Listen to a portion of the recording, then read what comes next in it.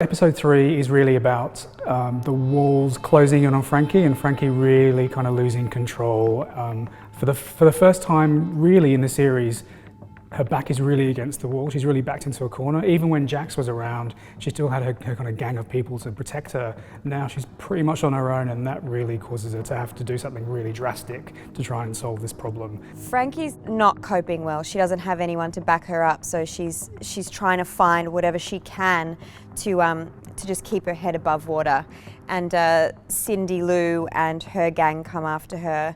And as you'll see through the course of the episode, Frankie's not doing well.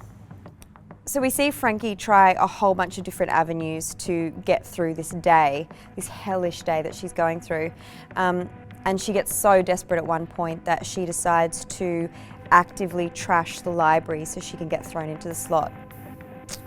So in filming that scene, I did stuff for real. I actually got to turn over desks. A desk broke at one point.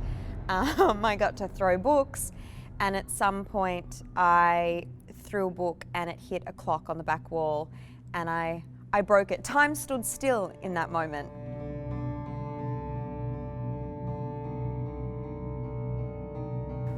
The other important thing about episode 3 is we have the real beginnings of Frankie and Bridget's interaction.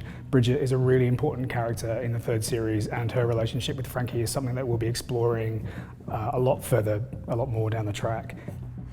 Bridget Westfall comes in as the resident psychologist. She's been put there by the board to keep an eye on Ferguson.